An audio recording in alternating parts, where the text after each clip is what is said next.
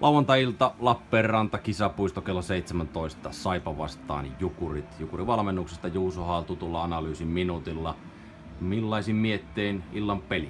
Hyvät mietteet on, ei olla vielä Saipaa tänä vuonna kohdattu. Ollaan huolelliset ennakkotyöt tehty ja ollaan valmiita illanotteluun. Miten illanottelua ollaan käsitelty kahden peräkkäisen tappion jälkeen? No kyllä se on erittäin tärkeää, että meidän ottelu alkaa tänään samaan aikaan kuin vastustajalla. Et esimerkiksi torstaina niin meidän ottelu alkoi valitettavasti 45 minuuttia myöhemmin kuin vastustaja ja siinä oltiin annettu jo siimaa vastustajalle liikaa.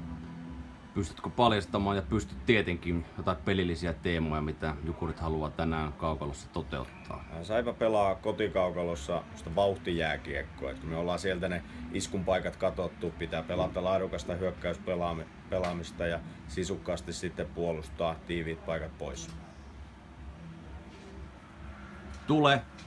Pääset kyllä takaisin Mikkeliinkin.